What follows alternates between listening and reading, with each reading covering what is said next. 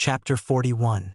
The old woman raised a large number of beetle goo, totaling over 100. She kept so many beetle goo because, firstly, their combat strength was weak and they were easily killed, making them consumables that needed to be kept in surplus. Secondly, the old woman hoped to induce a higher-level sacred beetle goo through mutual consumption and mutation of the beetle goo. The sacred beetle goo retained the advantage of being hard to detect like the beetle goo, but its attack power was greatly enhanced. It became fierce and vicious, and had the miraculous effect of breaking through protective spiritual powers, making it an extremely rare second-level goo worm. Even Foundation establishment cultivators with protective spiritual powers could be in danger if bitten by it due to carelessness. However, the old woman never succeeded in breeding the sacred beetle goo, according to the methods recorded in the blood goo technique. Song, when conducted vitality tests on the 8 insect eggs and found that except for one with poor vitality, the other 7 eggs showed good vitality. It seemed quite feasible to successfully hatch them. Song, when also learned from the blood goo technique that goo raising could generally be divided into 2 methods. One was to cultivate goo worms in a goo cauldron, feeding them various natural treasures and one's own essence blood. The other method was body cultivation, using one's own flesh as the goo cauldron, primarily fed with essence blood and supplemented with natural treasures to refine the goo. The combat power of goo worms raised by both methods was almost the same. However, goo worms raised by the former method might rebel and turn against the goo master if their strength far exceeded that of the goo master. Goo worms raised by the latter method were absolutely loyal to the goo master and would not betray them. However, if the goo master provided insufficient essence blood and spiritual treasures to support the goo worm's growth and survival, there was a risk of the goo worms devouring the goo master's flesh. The old woman practiced body cultivation for goo raising, resulting in too many goo worms and insufficient essence blood, which led to her internal organs being bitten and damaged. Song, when pondered for a long time, still undecided on which method of goo raising to choose, it was clear to Song when that raising goo was a necessity. Setting down the jade bottle containing the insect eggs, Song when left the cave with 3 bottles of essence blood. According to the previous arrangement, he intended to first go to the market, dispose of the 3 bottles of essence blood, and exchange them for cultivation materials. Song when went directly to the shop where he had previously sold the pill furnace. The servant boy there had mentioned before that their shop dared to accept any unidentified items, which was convenient for handling these essence blood. As soon as he entered the shop, the servant boy recognized Song when at a glance and greeted him. "Customer, what can I assist you with this time? I want to sell some essence blood." As Song when spoke, he took out a bottle of essence blood and handed it to the servant boy. The servant boy took the jade bottle with a smile, uncorked it, and after inspecting it with his spiritual sense, his expression turned pleasantly surprised. "Customer, the purity of this essence blood is extremely high, as pure as if it were obtained from refining a peak chi refining cultivator. It contains no impurities at all. Could it be obtained from refining a genuine cultivator?" Song when remained expressionless and calmly replied, "Friend, you seem to be asking too much. Are you going to accept it or not? If yes, please quote me a price directly." The servant boy chuckled apologetically. "I'm sorry, I spoke too much." At this moment, the servant boy in his heart had already confirmed his initial speculation about Song when. Song when must be someone from some power who specializes in selling stolen goods. Otherwise, with his cultivation alone, how could he possibly produce such a bottle of high-purity essence blood, even if it was to give Song when a peak chi refining body? Song when did not have the strength to fully refine the blood gas in the corpse. The servant immediately looked for compensation. "I bid 120 spirit stones. Can I collect this bottle of blood?" 120? Song when was somewhat silent upon hearing this. He expected the value of this bottle of blood to be around 200 spirit stones, but that would require him to set up his own stall to sell it, greatly increasing his exposure to risk. However, the other party only bid 120, which he felt was a bit low. Seeing Song when hesitate but not immediately leave, the servant understood that the other party was dissatisfied with his offer but was not far from his psychological price. The servant said, "How about 130? Upon hearing this, Song when hesitated, instead taking out 2 more bottles of essence blood. "I have 2 more here. If your offer is suitable, I'll sell them to you together." The servant's eyes lit up. 140, no higher. Before the servant could finish his sentence, Song when interrupted, "Done." The servant hurriedly took the essence blood from Song Wen's hand and quickly counted out 420 spirit stones to give to Song Wen, as if afraid that Song Wen might change his mind. The purity of the essence blood brought by Song Wen was too high. The servant believed that it could easily be sold. Between this buy and sell, the shop could easily earn around 200 spirit stones, and he himself would earn a substantial commission. Watching Song Wen leave, the servant shouted loudly, "Customer, take care. Next time you have such high-quality essence blood to sell, please come to our store. I will definitely offer you a high price." Hearing the servant's voice, Song Wen left without looking back. At the same time, he silently thought to himself, it seems that in the future, when selling essence blood, I must disguise myself and not be easily recognized. I can't come to this shop anymore.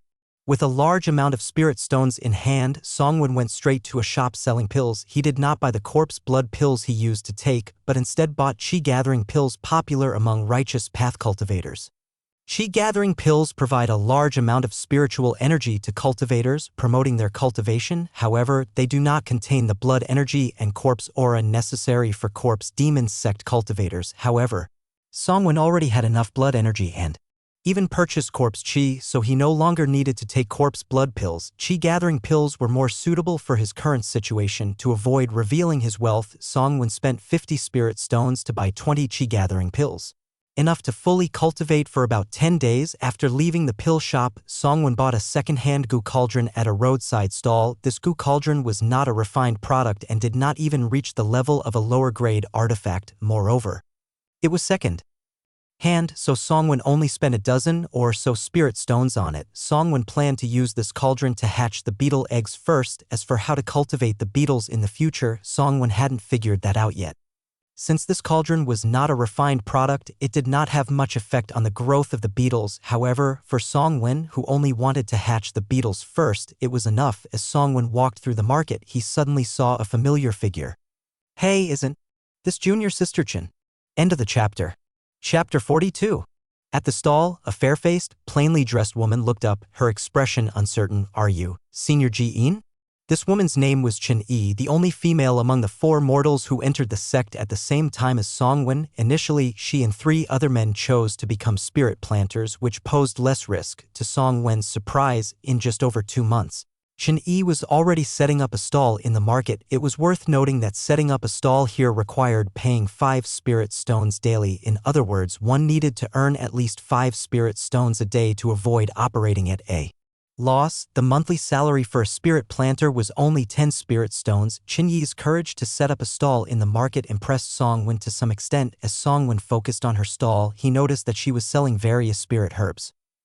He had little knowledge of spirit herbs and couldn't recognize their names or effects. However, he figured these spirit herbs shouldn't be too valuable, otherwise they wouldn't be openly displayed at a roadside stall. Although Song Wen and Chin Yi hadn't communicated before, they entered the sect together, which naturally created a certain closeness compared to other fellow disciples. Moreover, during their initial interactions, Song Wen appeared somewhat aloof but not as overbearing as Wu Xiu, who looked down on others. A smile appeared on Chin Yi's face. It really is you, Senior Ji-in. I didn't expect to meet again so soon. Senior Ji-in, has everything been going smoothly for you at the corpse dissecting cave? After a brief exchange, both had a certain understanding of each other's recent situations. Of course, Song Wen couldn't reveal everything, nor would Chin Yi disclose every detail from Chin Yi. Song Wen learned that after they entered the spirit planting garden together, Zhang Xiaofan quickly displayed extraordinary talent in alchemy. He was fortunate to be taken as a personal disciple by an elder in the Golden Core stage.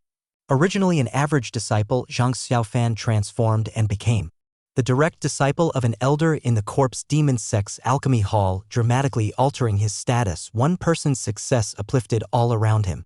The 3 companions who entered with Zhang Xiaofan had a good relationship in private, thus reaping significant benefits. Zhang Xiaofan, being generous by nature, allocated 30% of the profits from his spiritual field to them as their hard-earned share. The spiritual herbs that Chin Yi sold daily were the first batch of spiritual herbs produced from the spiritual field. These herbs were mostly low-level spirit herbs commonly used by lower-level disciples of the corpse demon sect for healing, refining, or creating corpse puppets. Among other uses, the proceeds from selling spiritual herbs were not solely Chin Yi's. They were shared according to a predetermined ratio among the other 3. Sister Chin, do you have any green spirit grass?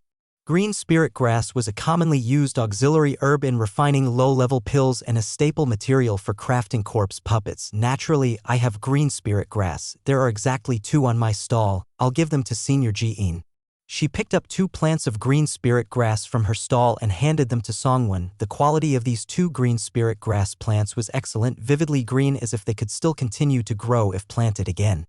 She assumed Songwon needed the green spirit grass for crafting corpse puppets, which only required 1 or 2 plants of green spirit grass. Since the price of green spirit grass was extremely low, she intended to give them to him directly.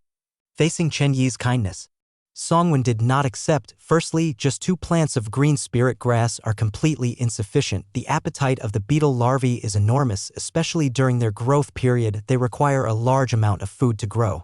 And the spiritual energy in a single plant of green spirit grass is not concentrated enough, leading to a significantly increased demand. Secondly, Songwon does not like owing favors, especially just for 2 cheap green spirit grass plants.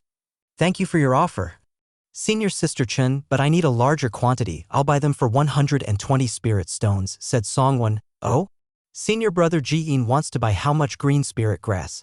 Chen Yi became interested upon hearing Song Wen's words. She had quite a few green spirit grass plants on hand but wasn't eager to sell them. Start with 100 plants, Song Wen replied. According to the records in the blood goo technique, a young beetle larva can eat about 1 green spirit grass plant per day. If he could successfully hatch all the larvae in his possession, 100 green spirit grass plants would only last them a little over 10 days. Chen Yi's eyes brightened. Senior brother Ji-in, do you really need so much green spirit grass? Please wait a moment, let me see how many plants I have. As she spoke, Chen Yi used her spiritual power to probe into her storage bag. Soon after, she looked somewhat regretful and said, Senior brother Ji-in, I only have 88 green spirit grass plants left. Will that be enough for you? Chen Yi spoke with a hint of disappointment, fearing she might lose Song Wen's large order. 88 plants?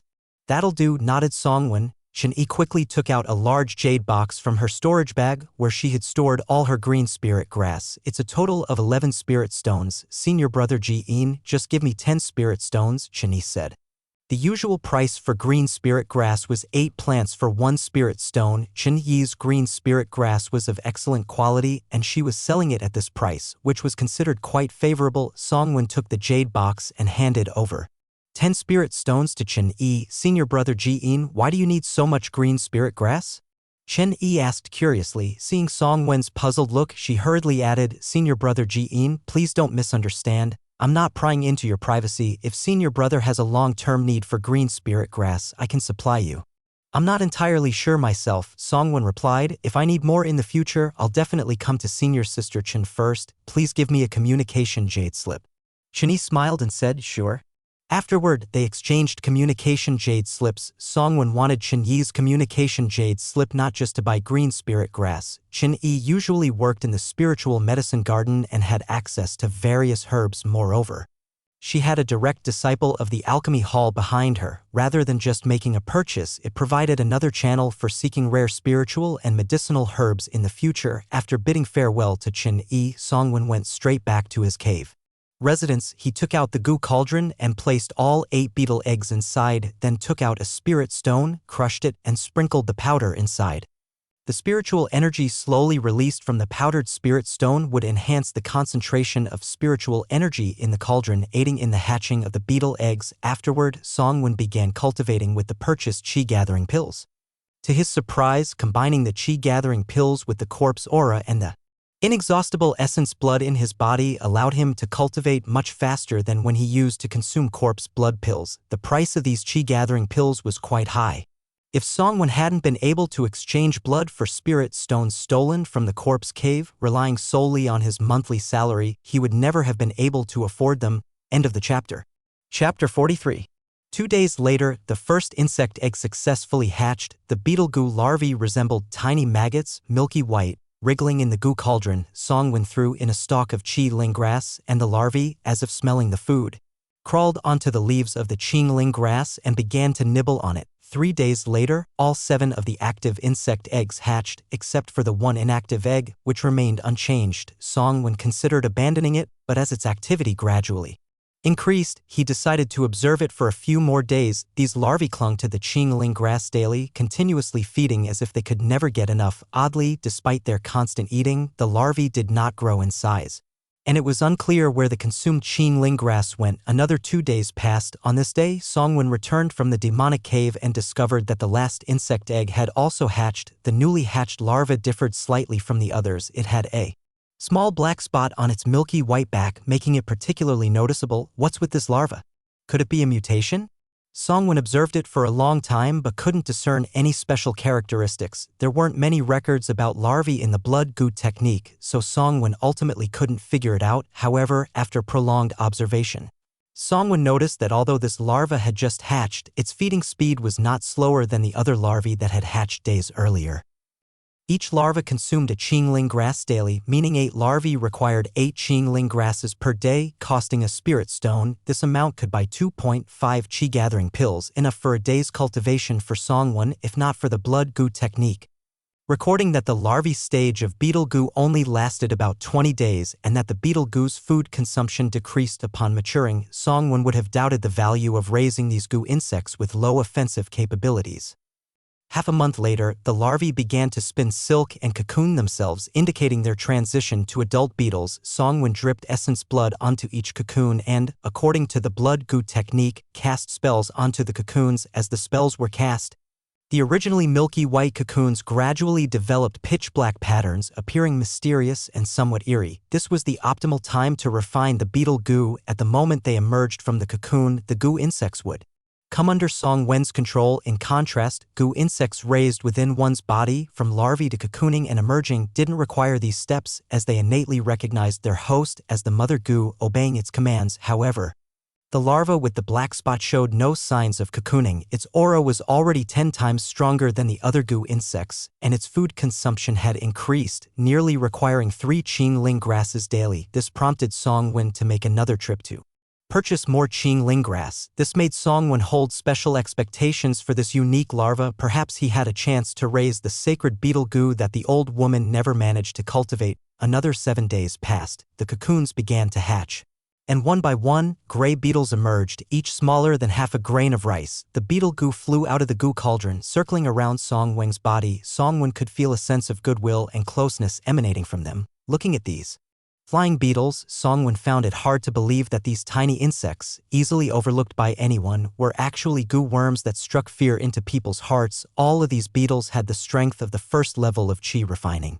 According to the old woman's notes, most beetle goo could reach the second level of Qi refining, with a very few exceptional ones reaching the third level. Songwen pinched one of the beetles between his fingers and gradually applied force. He found that with just his current physical strength, he couldn't crush the beetle goo. Though these creatures didn't have strong attack power, their defense was quite impressive. Songwen now possessed the strength of the second level of Qi refining, and he practiced demonic body cultivation methods to test the limits of the beetle goo. Songwen began to fully activate the Corpse King blood refining technique. As he activated the technique, his body gradually emitted a thick corpse aura and his skin turned an iron blue-black. His skin and flesh became emaciated, resembling a partially desiccated mummy. The tips of his fingers became tough, glowing with a cold, eerie light, giving off a chilling sense of foreboding. The beetle goo suddenly started to struggle violently, even beginning to bite Songwen's fingers. This was a sign of goo worm backlash. Since he was using a goo cauldron to raise the goo, he couldn't fully refine the goo worms and they could backlash against their master when facing mortal danger. Songwen had to release the worm from his grip. After all, he couldn't just kill the goo worm he had painstakingly nurtured. As the mortal threat receded, the beetle goo's hostility towards Songwen, its master, gradually subsided. Songwen estimated that the beetle goo could barely withstand the attacks of a second-level Qi refining cultivator, as the attack power of typical Qi refining cultivators was generally weaker than that of body cultivation practitioners. The beetle goo's attack power was equivalent to that of a first-level Qi refining cultivator. At this point, Songwen understood why it was said that the beetle goo's combat power was not strong. The beetle goo needed to reach a certain quantity to form effective combat power. Otherwise, they could hardly be considered a threat unless they coincidentally entered the enemy's body through the nose and mouth, potentially causing significant harm. In all sects, including individual cultivators, Those at the first or second level of chi refining were the lowest tier, usually living cautiously and avoiding danger. They rarely ventured out given the beetle goo's limited combat power. They had little use, however, if their numbers increased to several hundred or thousand. Even late-stage chi refining cultivators would have to flee in panic. Next, Songwen tested the beetle goo's scouting abilities, which was its primary use, at least according to the old woman's notes. Following the old woman's instructions, Songwen attached his spiritual power to the beetle goo and sent it flying far away. He found that with the beetle goo, he could scout up to a distance of about 40 meters. Beyond this range, his spiritual power couldn't keep up without the beetle goo. With his current spiritual power, he could only scout up to about 15 meters. This was due to his practice of the divine forbidden technique. Generally, early-stage chi refining cultivators could only scout up to 10 meters with their spiritual power. The beetle goo greatly extended Songwen's sensing range. While flying, the beetle goo made minimal noise, making it difficult to detect, making it an excellent tool for reconnaissance and pathfinding. This raised Songwen's expectations for the black-spotted larva even higher, wondering what surprises it might bring him. End of the chapter. Chapter 44. 10 days later, the black dot larvae finally began to spin silk and form a cocoon. The growth period of this larva lasted for a whole month, 10 days longer than other larvae, and its aura was dozens of times stronger than the other larvae when they cocooned. After half a month, it finally broke out of the cocoon and grew into a real beetle goo. This beetle goo did not directly grow into a sacred beetle goo as Songwen expected. According to the blood goo technique records, the beetle goo's body is gray while the sacred beetle goo is jet black. However, this beetle goo only had a black abdomen and its backshell and head were still gray. What is going on? Songwen frowned. He lacked experience in raising goo worms and did not have fellow practitioners to communicate with. He had been nurturing them according to the blood goo technique and the old woman's insights, so he wasn't sure if this situation with the beetle goo was good or bad. Just at that moment, a sudden change occurred. The originally calm beetle goo on Songwen's palm suddenly became violent. A strong aura emanated from the goo worm, indicating it had reached the mid-stage of chi refining, around the 4th level, far beyond what Songwen, who was only at the late stage of the 2nd level of chi refining, could resist. Songwen's face changed drastically, a bad premonition rising in his heart. Is this the goo worm's counterattack on its master? Having been focused on nurturing the goo worm, Songwen suddenly remembered that using a goo cauldron to raise goo worms could lead to the goo worm rebelling if its strength surpassed the master's significantly. A sharp pain hit Songwen's sea of consciousness, as if countless steel needles were being continuously stabbed into his brain. The unprepared Songwen couldn't help but cry out, clutching his head and starting to wail in pain.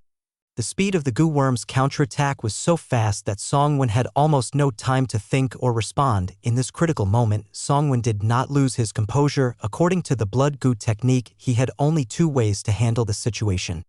One was to forcibly break the mental control over the goo worm, allowing it to gain freedom. The other was for Songwen to use his own body as the goo cauldron, refining the goo worm with ample blood essence, making it fully obedient without much thought. Songwen directly chose the second option. The first option had a huge hidden danger. A freed goo worm, no longer under Songwen's control, could turn around and attack him. It would no longer be a counterattack on its master but an attack on a stranger. Choosing the second option, if successful, Songwen would gain a powerful combat force, making him almost unbeatable against early-stage chi refining cultivators.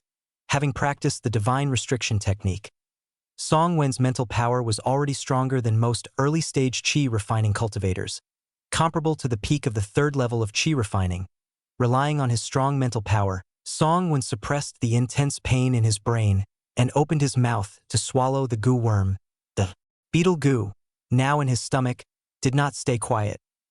It directly burrowed into Songwen's internal organs. Fortunately, Songwen still had some control over the beetle goo. While restricting its movements, he began the refining process according to the blood goo technique. Under Songwen's control, a large amount of blood essence gathered around the beetle goo. Surrounding it, the blood essence, containing the essence of the human body, was exactly what the goo worm needed for growth. The beetle goo began to devour the blood essence. As the beetle goo devoured more blood essence, Songwen's refining speed increased. When the beetle goo had consumed about twice the amount of Songwen's blood essence, he finally completed its refinement. The beetle goo quieted down, attaching itself inside Songwen's abdomen motionless, due to suddenly devouring a large amount of blood essence. The beetle goo had some difficulty digesting it and needed time to process this energy. Song Wen let out a long sigh of relief. The process of refining the beetle goo had been extremely dangerous. If his mind had wavered slightly, the beetle goo could have completely escaped his control. If the beetle goo went berserk inside his body, his only fate would be death and the end of his path. It seems that even while cultivating, I must be extremely careful. The path of cultivating immortality is indeed filled with dangers everywhere. A slight misstep can bring one close to peril. Looking at the 7 ordinary beetle goo in the goo cauldron, Song Wen made a decisive decision and decided to refine them all into his body as well. At the same time, a bold idea emerged in his mind. He wanted to cultivate a large number of black-bellied beetle goo. The black-bellied beetle goo would significantly enhance his combat power for a long time to come. Once beetle goo reach adulthood, they can begin to mate and reproduce. Typically, goo masters would restrict the indiscriminate breeding of goo worms. Breeding consumes a lot of the goo worm's energy, and if not replenished in time, the goo worm could die or significantly weaken. To replenish the goo worm's energy, a large amount of the goo master's blood essence and resources is needed. Additionally, nurturing the next generation of goo worms also requires a significant amount of the goo master's blood essence and resources. These factors constrain the number of goo worms a master can cultivate. However, Song Wen was not lacking in blood essence. He could always steal more blood essence from the corpse cave to feed the goo worms. The resources needed to cultivate the goo worms, however, were somewhat troublesome. From his last sale of blood essence, Song Wen had earned over 400 spirit stones. After accounting for his daily cultivation expenses, he had about 230 spirit stones left. He also had 5 more bottles of blood essence ready for sale. Selling blood essence had to be done cautiously. If he was targeted or recognized by fellow disciples of the corpse demon sect, he would have difficulty explaining the source of the blood essence despite the risks. He had to sell the blood essence as it was the fastest way for him to obtain spirit stones and resources. The black-bellied beetle goo was a male goo worm, while among the remaining 7 goo worms, 4 were females. To breed stronger next-generation goo worms, Song Wen restricted the mating rights of the 3 ordinary male worms, allowing the black-bellied beetle goo to mate with the 4 female worms exclusively. In reality, even without Song Wen's restriction, the 3 ordinary male beetle goo would likely not have had the chance to mate, given the significant strength difference between them and the black-bellied beetle goo. A month later, the 4 female worms began laying eggs, producing a total of 12 eggs, with each female laying 3 eggs. It is worth noting that with sufficient resources, Song Wen's cultivation level had smoothly advanced to the 3rd level of chi refining. At this time, Song Wen had been in the corpse demon sect for 6 months. To avoid arousing suspicion, he masked his cultivation aura to appear at the 2nd level of chi refining. This aligned with the cultivation progress of someone with a mid-tier 6th grade spiritual root. 7 days later, the eggs began to hatch inside Song Wen's body. Perhaps due to using his flesh as the cauldron, the incubation speed of the goo worms was astonishingly fast. In just 1 day, 9 of the 12 eggs hatched into larvae, all of which were ordinary larvae. The remaining 3 eggs, however, showed no signs of hatching. This made Song Wen feel somewhat hopeful. Perhaps these 3 eggs would develop in the way he expected. End of the chapter. Chapter 45. 2 days later, cave dwelling No. 97, 8 small beetle goo were flying around in the cave, having been released by Song Wen for some fresh air. In the goo cauldron, 9 milky white larvae were lying on the leaves of green spirit grass, feeding. Although Song Wen kept the goo worms inside his body, it didn't mean they had to stay there all the time. For things like feeding the larvae and adult goo, it could still be done outside the body with the help of the goo cauldron. Suddenly, Song Wen's mind stirred. He sensed that 2 of the remaining 3 eggs in his body were also starting to hatch. 2 larvae with black spots on their backs broke through the eggs and crawled out. Song Wen was delighted. The experiment was successful. Breeding larvae from the black-bellied beetle goo had a higher chance of producing black-spotted larvae. To avoid the situation of the goo worms counterattacking again, Song Wen had completed the refining process on the goo worms while they were still in the egg stage, according to the blood goo technique. The remaining egg, for some reason, did not successfully hatch and turned out to be a dead egg. Song Wen drew the dead egg and the 2 black-spotted larvae out of his body and threw them into the goo cauldron. The dead egg became food for the other larvae. Additionally, he killed the 9 ordinary larvae and fed them to the black-spotted larvae. Since the black-spotted larvae had successfully hatched, there was no need to cultivate more ordinary beetle goo. Looking at the newly hatched black Spotted larvae in the goo cauldron, Songwon realized it was time to go out and buy more green spirit grass. Before leaving, Songwon disguised himself. First, he concealed his aura to the first level of chi refining, then used the Corpse King blood refining technique to make his face look ashen as if something had gone wrong with his cultivation. With corpse aura uncontrollably seeping out and dispersing everywhere, he then donned a black cloak that covered his entire body. At this moment, Songwon looked like a novice who had just entered the sect and, out of ignorance, forcibly absorbed too much corpse aura during cultivation, leading to an excess of corpse aura and insufficient vitality, appearing as if he could die at any moment. In short,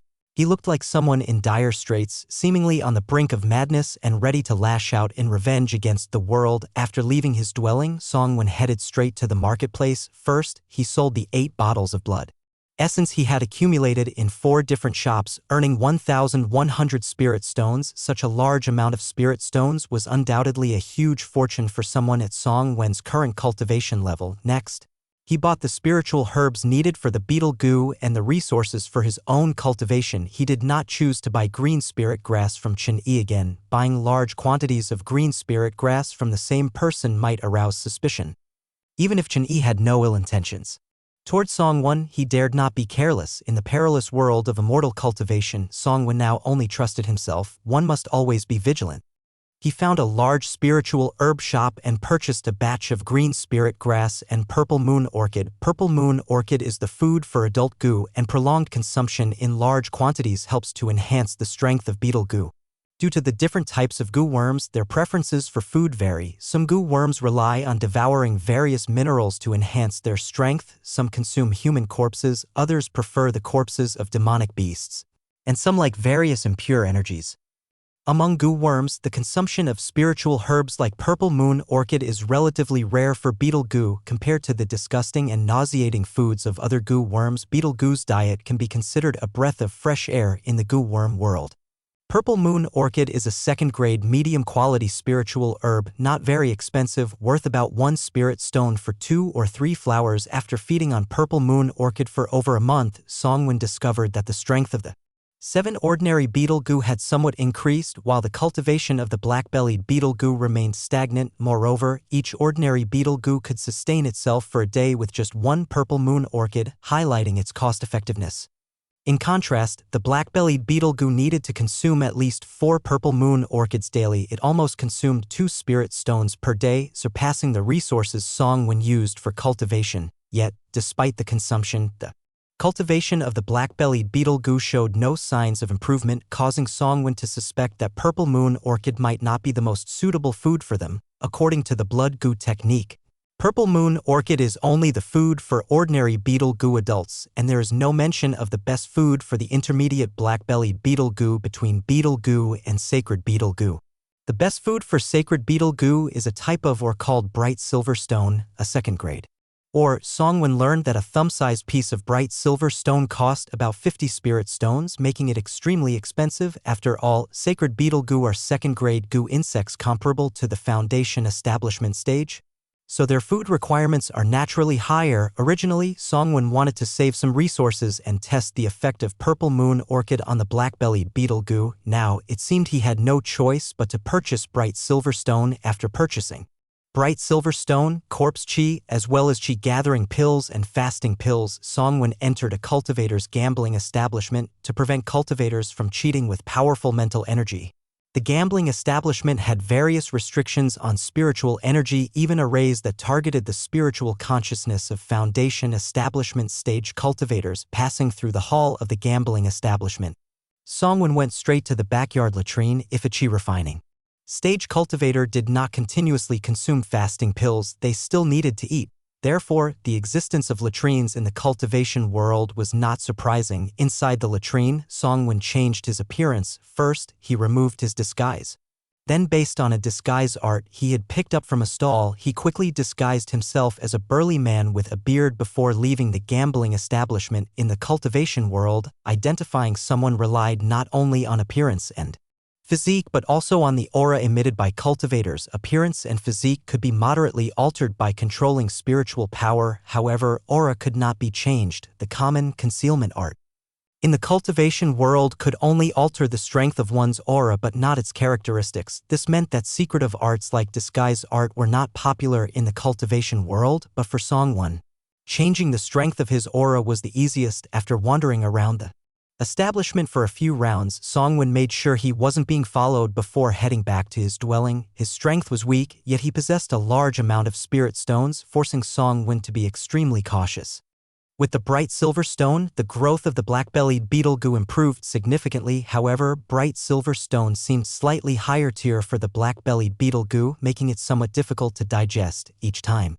The black-bellied beetle goo consumed 1/20th of a piece of bright silver stone. It took 2 to 3 days to digest after consumption before it could eat again, during which it would eat some purple moon orchid as supplementary food. After more than 30 days, nearly half of the bright silver stone was gone, and the aura of the black-bellied beetle goo had noticeably strengthened. At this point, 2 black-spotted larvae successfully transformed into adults, both females. This greatly excited Songwon, prompting him to begin his new round of breeding plans. He allowed 3 black-bellied beetle goo to mate and reproduce, increasing the chances of producing black-spotted larvae and possibly even stronger beetle goo, perhaps even true sacred beetle goo. Meanwhile, Songwon continued his routine of harvesting corpses and cultivation. End of the chapter. Chapter 46. On this day, Songwon, as usual, arrived at the corpse dissecting cave. He had just entered Yuan Cheng's cave when Yuan Cheng spoke first. Ji-in, there's a batch of special corpses that need your attention. Tomorrow, use dissecting table No. 8 to handle this batch. The dissecting tables used by dissectors are usually fixed. For instance, Songwon always used dissecting table No. 73. All dissecting tables have drainage channels that lead the blood from the corpses to the large blood pool in the central area of the dissecting cave. However, dissecting tables No. 1 to 9 have independent blood pools where blood from the corpses is collected separately. Upon hearing Yuan Cheng's words, Songwon was taken aback. Could it be another batch of special corpses, like the old hag's? Although nothing unexpected happened during the dissection of the old hag's corpse last time, upon reflection, Songwon felt somewhat uneasy. The old hag was clearly a powerful goo master who cultivated goo with her own body. Her corpse may have hidden various strange and powerful goo worms. Every time Songwon recalled the process of dissecting her corpse, he couldn't help but feel a sense of dread and relief, perhaps sensing Songwon's hesitation. Yuan Cheng continued before Songwon could speak. Don't worry, junior brother, it's just a batch of mortal children's corpses, no danger involved. However, these corpses are somewhat special. When you dissect them, be sure to do it with utmost care and perfection. Songwon glanced at Yuan Chang, relieved of most of his worries, and replied respectfully, understood, senior brother. This time, Yuan Cheng directly handed over 4 storage bags and a jade bottle. 1 storage bag contained the corpses, while the other 3 were for storing the dissected flesh, organs, and bones. The jade bottle was used to collect blood. Songwon stood in front of dissecting table No. 8, probing with his spiritual power into the storage bag. As Yuan Cheng had said, there were indeed 100 mortal corpses inside, all of them children under the age of 5, with some even newborn infants. Looking at these children's corpses, even Songwon, accustomed to dissecting, couldn't help but feel nauseous. The cruelty of demonic cultivators truly surpassed ordinary imagination. Songwon knew that these 100 children's corpses were likely born with special astrological signs, imbued with innate special powers. Demonic cultivators often used them for cultivation, corpse refining, or creating ghostly entities. However, Songwon understood that none of this had anything to do with him. He just needed to dissect the corpses. Only with cold indifference could one survive in the corpse demon sect. In this cruel world of cultivation, Songwon randomly took out a corpse and placed it on the dissecting table. It was the corpse of a girl, about 4 years old. After calming his mind, Songwon began dissecting. Since all the bodies were children's, Songwon dissected them quickly. With only 100 bodies to process, it took him just over 2 hours to finish dissecting them all. This was the first time in 6 months of being in the dissecting cave that Songwon wasn't the last to complete his task. With 4 storage bags and a jade bottle in hand, Songwon returned to Yuan Cheng's cave. Before stepping into the cave, he saw a young man dressed in splendid clothes, with a gloomy expression, sitting on the only chair in the cave. This chair clearly belonged to Yuan Cheng, but at this moment, Yuan Cheng stood respectfully beside the young man, looking like a loyal subordinate. Seeing Songwon enter, Yuan Cheng hurriedly spoke. Ji-in, have you finished dissecting all the corpses? Although Song-Wen didn't know the identity of the young man in splendid attire, he realized the person must have a remarkable background. He first bowed respectfully to the young man, then saluted Yuan Chang. "I have completed dissecting the corpses, Senior Brother Yuan," Song-Wen reported as he spoke. Song-Wen casually waved his hand, using his mana to levitate the storage bags and jade bottle towards Yuan Chang. Yuan Chang made no move to receive the 4 storage bags and the jade bottle. Instead, the young man in splendid attire preemptively took them. He first checked the blood in the jade bottle, then inspected each of the storage bags in turn. A brief moment of satisfaction flashed across his gloomy face. The young man nodded and addressed Song-Wen. "Considering your cultivation level isn't strong, your dissection of these corpses was decent." Song-Wen didn't know the young man's identity or how to address him, so he could only bow respectfully and reply, "Thank you for your generous praise, Senior." At this point, Yuan Chang intervened to introduce Song-Wen. "Ji-in. This is Senior Disciple Wu Sui from the Yin Demon Hall. Senior Disciple Wu Sui's master is Elder Wu Run, the Lord of Yin Demon Hall. Senior Disciple of Yin Demon Hall, Wu Sui, and the Lord of Yin Demon Hall is named Wu Ren. This guy must be a second-generation cultivator?" As Song-Wen thought this, his expression became somewhat anxious yet also filled with a hint of relief. As if knowing Wu Sui was a great honor, Song-Wen bowed even lower. His voice slightly excited as he said, "Junior Outer Sect Disciple Ji-in pays respects to Senior Disciple Wu Sui." Pleased with Song-Wen's reaction, Wu Sui nodded and said, "You're quite discerning for a young fellow. If you advance to the Foundation establishment stage within the next few years, come find me at Yin Demon Hall." With that, Wu Sui's figure dissolved into faint traces, disappearing into the depths of the cave. Watching Wu Sui depart, Yuan Chang cast an envious glance at Song-Wen. "Junior Brother Ji-in, I didn't expect that merely meeting Senior Disciple Wu Sui once would earn his appreciation. Truly a stroke of good fortune." Song-Wen feigned a belated realization and asked in confusion, "May I ask, Senior Brother Yuan Chang, does Senior Disciple Wu Sui have any other mysterious identities besides being a senior disciple?" In the world of cultivation, the status of a senior disciple is noble, but in demonic sects, it's another matter entirely. Masters may use disciples for blood sacrifices, cultivation, corpse refining, or even as furnaces for yin gathering and yang replenishment, or vice versa. There are even cases of disciples being used as vessels for soul possession. In short, in demonic sects, being a senior disciple doesn't necessarily imply good fortune. Ultimately, in the world of cultivation, strength reigns supreme. No matter how prestigious a senior disciple is, they are merely chi refining cultivators and not considered masters. Regular disciples of the Corpse Demon sect automatically rise to the rank of elders upon reaching the Foundation establishment stage, while senior disciples are referred to as disciples of magic or witches. Yuan Cheng's expression carried a mix of emotions as he said, somewhat complicatedly, "Senior Disciple Wu Sui is actually the grandson of Elder Wu Ren, the Lord of Yin Demon Hall. Moreover, his aptitude is exceptional. It's said he possesses a 7th grade superior spiritual root. Senior Disciple Wu Sui is only 10 years old now and has already attained the 7th level of chi refining. In a few years, he may successfully establish his foundation." Yuan Cheng's expression became somewhat conflicted. Foundation establishment is his greatest expectation, due to lack of backing. Despite spending several years at the 7th level of chi refining, just one step away from the peak of chi refining, he had to come to this ghastly place of the dissecting cave for duty, hoping to one day receive a precious Foundation establishment pill from the sect. Seeing his age increasing year by year, with barely any years left before reaching 60, this made Yuan Cheng's heart grow anxious. In fact, outside the major sects, Foundation establishment pills are available, appearing every few years in the major cultivator markets. However, these pills are generally extremely expensive. Yuan Chang, whose aptitude isn't considered good, almost never has enough resources to purchase a Foundation establishment pill, let alone afford one. End of the chapter. Chapter 47. Song-Wen calmly exited the dissecting cave. What had just transpired in the cave was, for Song-Wen, merely another act for survival. As for Wu Sui's suggestion for Song-Wen to choose the Yin Sha Hall when he became an inner sect disciple, Song-Wen had already pushed that to the back of his mind. Of course, if that day ever came, Song-Wen wouldn't oppose going to the Yin Sha Hall wherever he went as long as he could live well. That place would be good enough for him. Moreover, Song-Wen remembered that Wu Xiao, who had once insulted him, was in the Een Sha Hall. If given the chance, he would still seek revenge. Dissecting corpses, though it posed significant risks to others, such as the danger of contaminating one's mind and mana, was completely safe for Song Won. The blood mists and residual souls in the dissecting cave had become his resources for cultivation.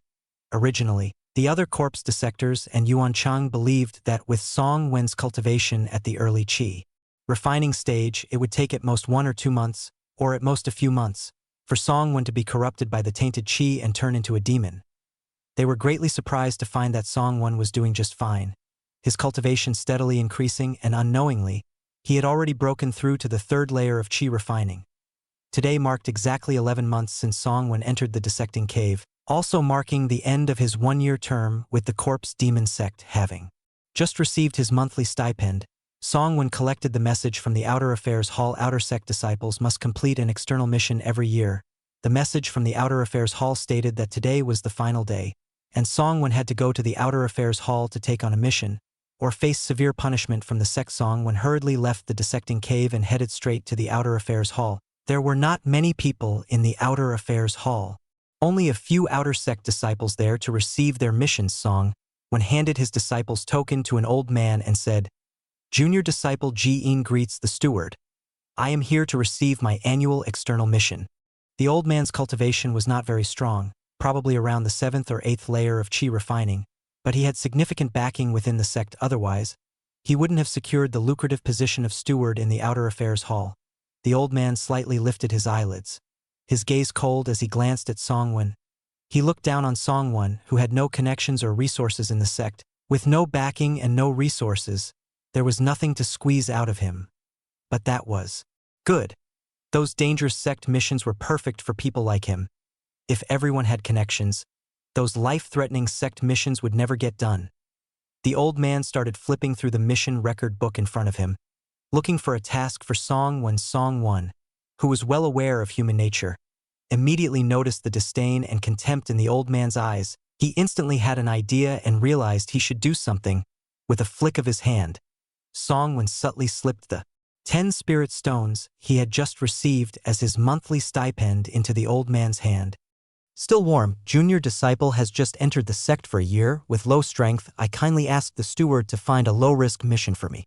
Song Wen spoke in a very low voice. As for why he only gave 10 spirit stones, it wasn't that Song Wen was unwilling to bribe the old man with more spirit stones. It was because, considering his monthly stipend, managing to give 10 spirit stones was already difficult. Giving too many spirit stones might only cause unnecessary trouble. The old man touched the spirit stones in the cloth bag, a faint smile appearing on his indifferent face.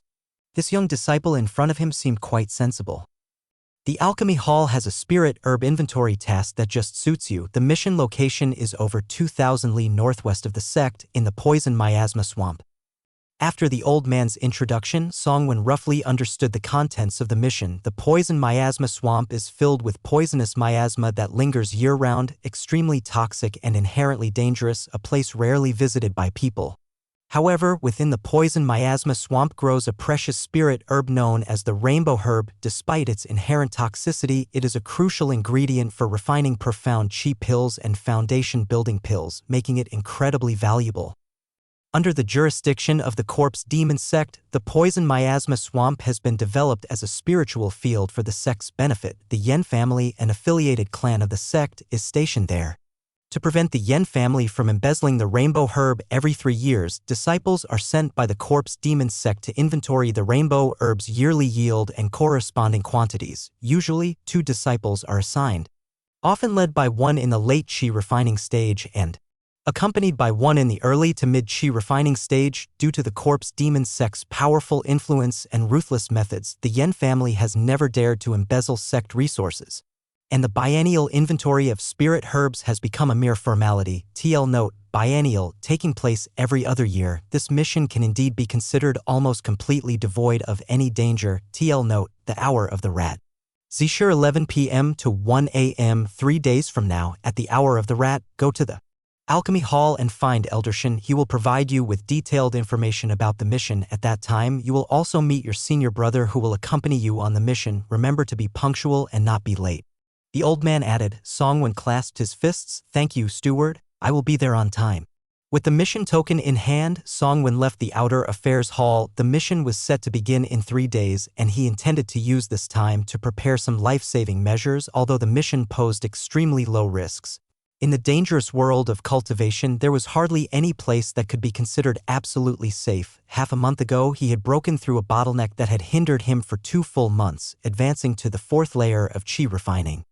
This was the first time since Songwon began cultivating that he had felt the existence of such a bottleneck. His rapid advancement to the mid-chi refining stage within just 1 year was likely due to several factors, as Songwon speculated. Firstly, his 6th grade spiritual root talent and abundant cultivation resources. Secondly, the demonic cultivation technique he practiced was known for its compatibility with early-stage cultivation and fast progress. Thirdly, his cultivation of the Corpse King blood refining technique, although a demonic technique, focused on body refinement. Despite being a demonic technique, body refinement techniques all aim to enhance a cultivator's physical body through absorbing and refining celestial materials, spiritual beasts, or human chi and blood power. He could directly absorb others' chi and blood to condense his own, accelerating his cultivation significantly. This was the true reason behind Songwon's rapid advancement in cultivation, otherwise he would not have broken through the bottleneck so easily and reached the mid-chi refining stage.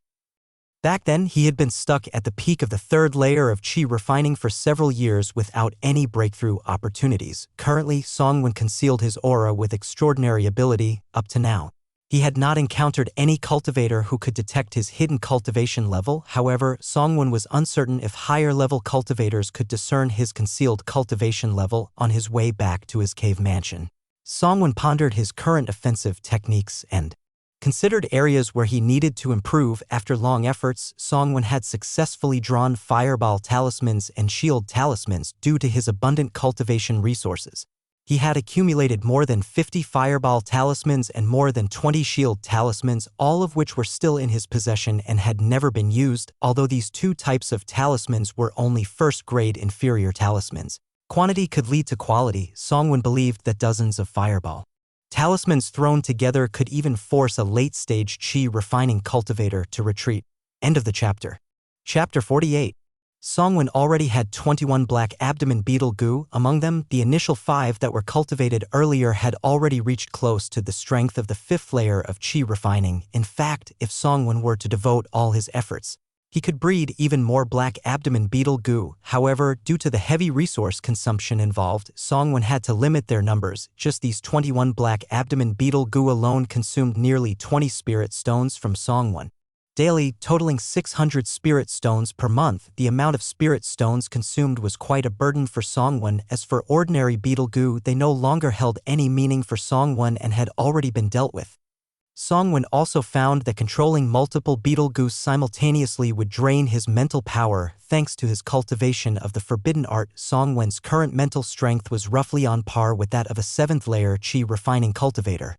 Otherwise, Songwon would not be able to control so many black-bellied beetle goo simultaneously. The advantage of strong mental power did not stop there. With increased mental strength, Songwon gained a deeper understanding of techniques, making his cultivation smoother. Without anyone to teach him, he cultivated the Corpse King blood refining technique through trial and error. Previously, many aspects had been unclear, and he could only clumsily imitate others' methods. Now, he had a much better understanding of the technique, making cultivation much easier. With stronger mental power, both his spell cultivation and talisman drawing had greatly benefited.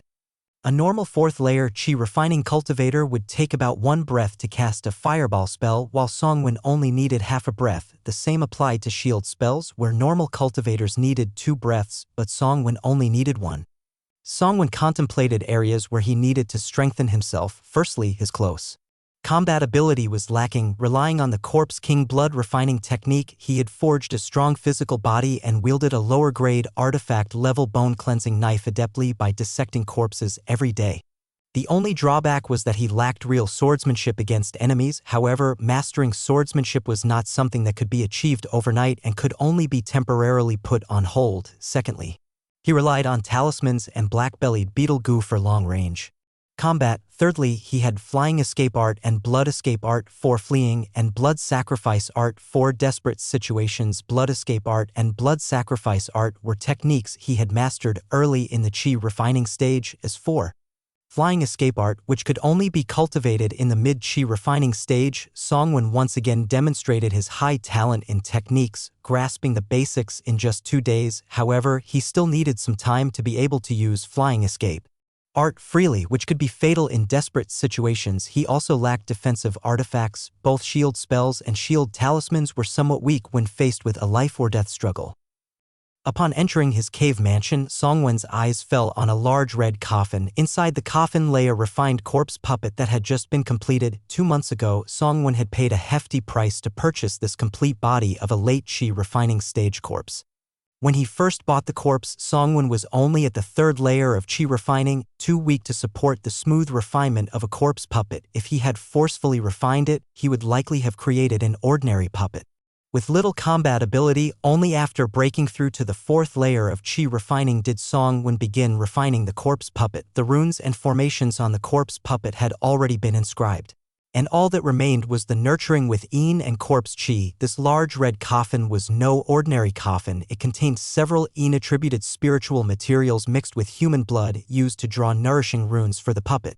Songwon estimated that in another 2 or 3 days, this puppet would be successfully refined and ready to emerge from the coffin. By then, the puppet would possess at least the strength of the 4th layer of chi refining and could further enhance its strength with the later stage refinement of Yin-attributed treasures. For this upcoming mission outside the sect, Songwon planned to openly display the corpse puppet. After all, demonstrating his 3rd layer chi refining strength might cause others to underestimate him. Having been in the Corpse Demons sect for a year, having a 4th layer chi refining puppet could be considered commendable, as everyone had their chances. After making a simple disguise for himself and changing his aura, Songwon left his cave mansion in a cloak. His cave mansion was remote, seldom visited by others, so he didn't worry about encountering acquaintances when he went out. Arriving at the market, Songwon headed directly toward a large-scale artifact shop. "Senior, what would you like to buy?" As soon as Songwon entered, he saw a charming woman with a tall figure and revealing attire approaching him with a coquettish smile on her face. The woman's cultivation was very weak, just at the entry level of chi refining, but she exuded a strange allure all over her body. Her face carried a hint of youthfulness, yet her demeanor was full of mature charm, creating a sensory contrast that was not abrupt but rather added to her allure. Her clothing was scanty, with a large area of snowy white exposed at the chest and a silk skirt split high enough to almost reveal the roots of her thighs. As she walked, the skirt swayed with the wind, occasionally revealing her long and fair thighs, even the thin undergarment exposed to the air from time to time. When the woman approached within a meter of Songwon, she slightly bent forward in a bow. Instantly, 2 large white rabbits twitched slightly. Songwon withdrew his gaze, which had nearly been swallowed by the ravine, feeling somewhat amazed. He hadn't expected that even in the cultivation world, the tactic of using a beautiful woman was still in use, but he was only here to buy artifacts. Was it necessary to fall for such a ploy? Songwon steadied his mind and calmly asked, "Do you have any defensive artifacts?" "Yes, we do, senior. Please follow me," the woman replied with a sway of her waist, leading the way. Songwon followed closely behind, greeted by a fragrant aroma emanating from the woman. This fragrance seemed to possess a kind of enchanting magic that made it difficult to remain clear-headed. The woman led Songwon to a showcase. Pointing at it, she said, "Senior, please have a look. This small shield is a fine product among lower-grade artifacts. Despite its palm-sized appearance, it can expand to the size of a person once infused with spiritual power, capable of withstanding attacks from a 4th layer chi refining cultivator.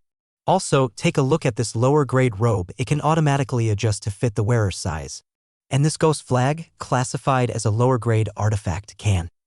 The woman's voice was like a succubus's murmur, yet also like sweet nothings exchanged between lovers, irresistibly drawing one into a state of indulgence.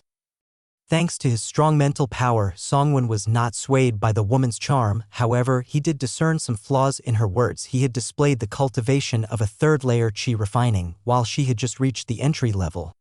How did she discern his displayed cultivation? Did she recommend lower-grade artifacts without even asking because she believed his displayed cultivation was only suitable for such items? This woman was concealing her cultivation.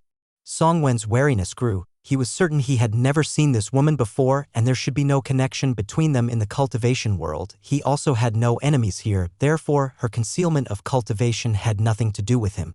Feeling somewhat reassured, Songwon decided to leave the shop as soon as possible. Do you have any middle-grade defensive artifacts? Songwon stared straight ahead at the counter, speaking. Now he was reasonably sure the woman's cultivation was quite high, at least in the late stage of chi refining. With his mental power, he should be able to discern her true cultivation at the same time. He completely withdrew his mental power to avoid the woman noticing his scrutiny, which could lead to unnecessary trouble. End of the chapter. Chapter 49. Oh, you're looking for a middle-grade artifact. The woman cast a flirtatious glance over Songwon, evaluating him. He appeared ordinary, a nondescript disciple from some obscure sect. Apart from his cautious demeanor, nothing remarkable about him. Yet, it was this ordinary outer sect disciple who managed to resist her charm, which was truly surprising. The woman became slightly curious about Songwon. Pointing to a nearby counter, she said, "Here are the middle-grade artifacts. Let me introduce each one to you. How much for this small shield?" After the woman's brief introduction, Songwon pointed to a 1-inch sized shield. The shield was entirely black, with a vividly carved ghost head on its front. The carving was lifelike, almost as if a terrifying ghost creature lay poised to burst out and devour its target. The woman smiled enchantingly, full of allure. "Senior has a sharp eye. This ghost head shield is crafted from spring stone combined with over a dozen precious materials. Indestructible, it also contains a seal of a 5th layer chi refining ghost creature inside, capable of combating ghosts, combining offense and defense. It's priced at 200 spirit stones." Facing the woman's quoted price, Songwon was somewhat surprised. Instead of being expensive, he found it surprisingly affordable. Generally, middle-grade artifacts like this would sell for 200 to 300 spirit stones. Defensive artifacts usually commanded higher prices, typically above 300 spirit stones for a middle-grade defensive artifact. This small shield also contained a sealed ghost creature inside, which should increase its value. Though surprised at the seemingly low price of the ghost head shield, Songwon did not voice his doubts. Right now, he just wanted to complete the transaction quickly without disturbing the woman further and leave the shop. 150 spirit stones. Despite the low price, bargaining was still necessary. "Senior, our store operates on thin margins. We don't negotiate prices," the woman replied. 160 spirit stones. Songwon continued bargaining. After a brief negotiation, Songwon eventually paid 180 spirit stones to purchase the ghost head shield. After securing the shield, Songwon wasted no time and left the shop directly, disappearing into the bustling crowd in an instant. "Ho, come out, Xiaohe." The woman's face instantly turned serious, shouting sternly towards the backyard of the shop. A moment later, a young girl in her 20s came out. "Miss, did you call for me?" The miss spoke coldly. "Didn't I tell you? When I'm practicing charm techniques on customers in the store, don't disturb me. Why did you keep messaging me just now?" Xiaohe was about to explain, but before she could speak, the miss continued. "Today is really unlucky. I didn't expect even a 3rd-layer chi refining cultivator could resist my charm." The miss's tone contained a deep sense of resentment. As if Songwon had behaved like a scoundrel who toyed with her feelings. Knowing her miss's temperament well, Xiaohe quickly agreed. "Just now, that man is probably impotent, or maybe he's celibate. Otherwise, how could he resist Miss's charm?" The miss gave Xiaohe a disdainful look and said, "Don't speak nonsense. That man either possesses a rare artifact that resists mental attacks, or he has cultivated techniques that strengthen his soul or stabilize his sea of consciousness." Upon hearing this, Xiaohe's eyes lit up. An artifact that resists mental attacks, or techniques that strengthen the soul.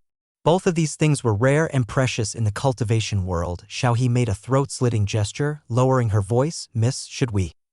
Songwon only displayed the cultivation of the 3rd layer of chi refining. It would be effortless to intercept the other party. However, the miss shook her head and said, "Violence is prohibited within the district. Moreover, he exudes a strong corpse aura.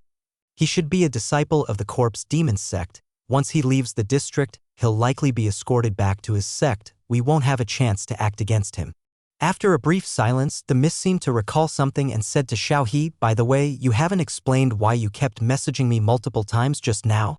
While Songwon was in the shop, Xiaohe had tried to message her several times, but each time, the miss had forcefully interrupted her. Xiaohe explained, "Miss, I was trying to tell you that you sold the ghost head shield too cheaply. Its cost is 200 spirit stones and its market price is 400 spirit stones." "Oh, why didn't you say so earlier?" The miss hurriedly ran out of the shop to look for Song Wen's figure. However, she couldn't find Song Wen anywhere. He had already disappeared without a trace. Damn it, this deal is a loss again. The miss muttered to herself in frustration. Miss, shall we find another place to practice charm techniques? If this continues, we'll soon exhaust our funds. It turned out that both of them were employees in this shop responsible for selling artifacts. Initially, they thought that with the Mrs. Charm techniques, they could make male cultivators infatuated and willing to pay high prices for artifacts.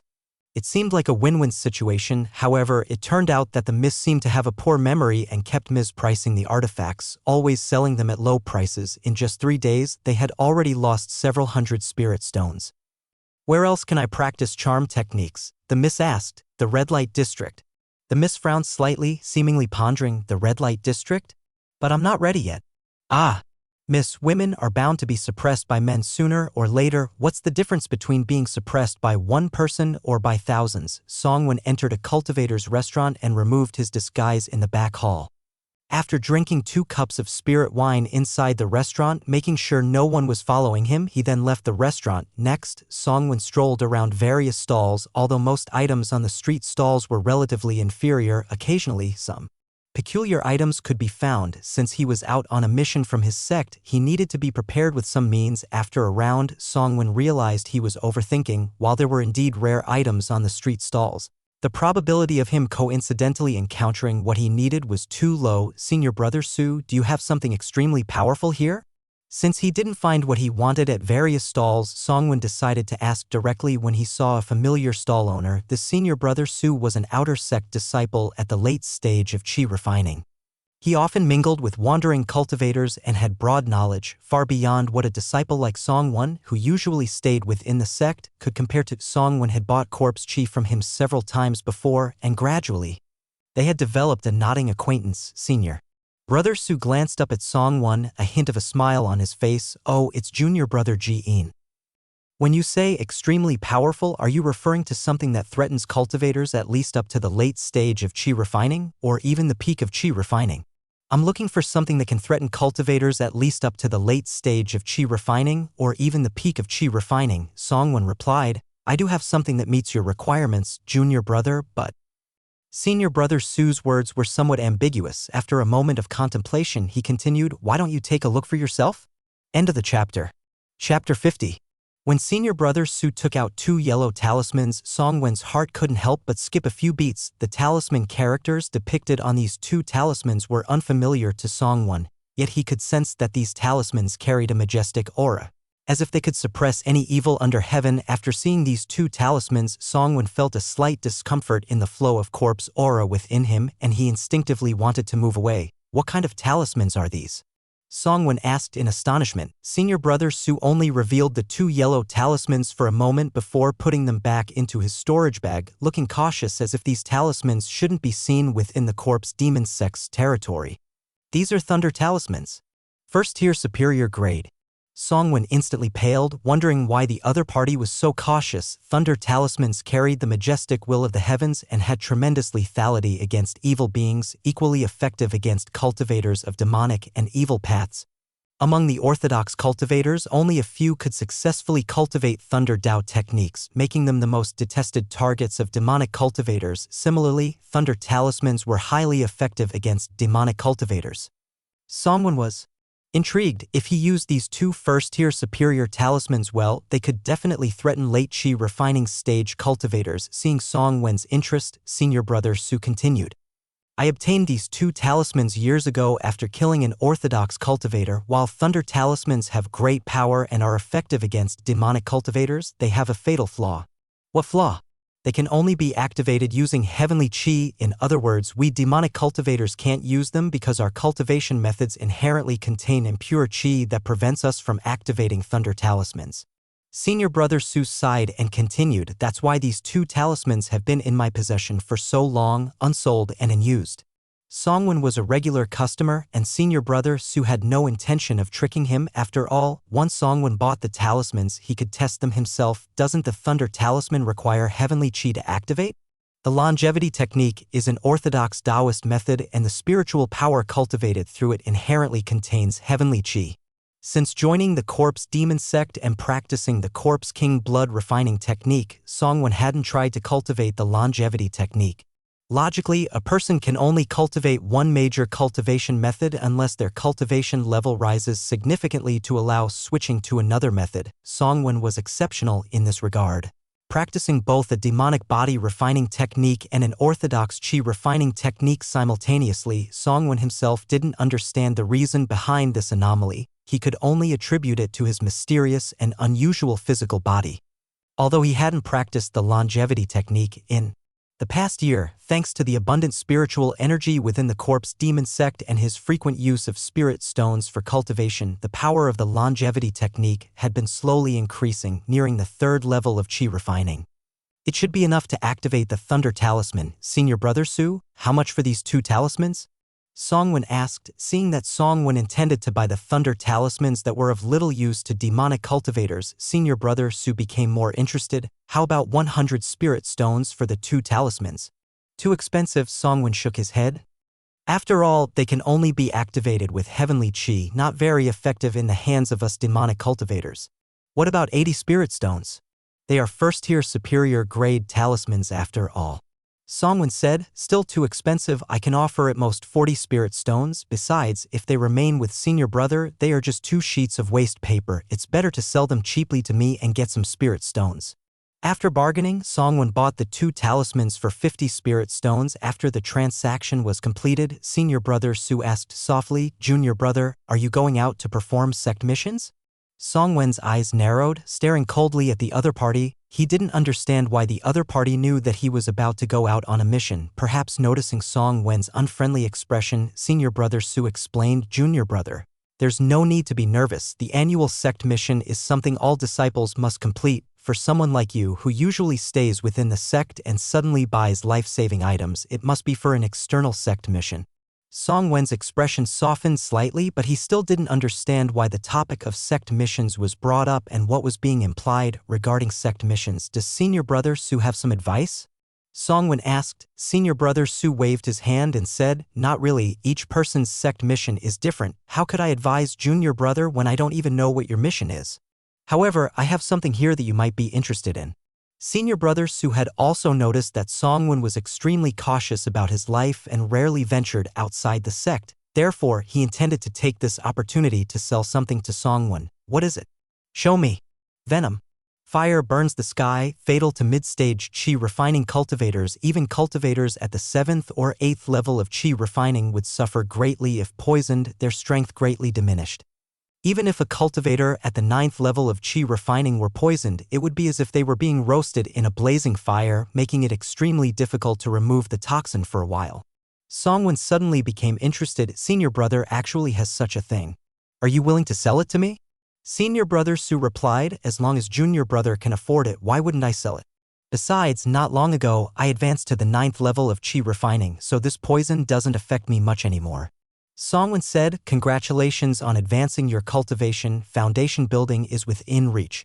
Facing Songwon's praise, Senior Brother Su was visibly pleased. Thank you for your kind words, Junior Brother. Do you still want fire burns the sky? I sure do, but I'm afraid I can't afford it. I have 10 drops of fire burns the sky here. If Junior Brother can't afford all of them, buying 1 or 2 drops is also possible.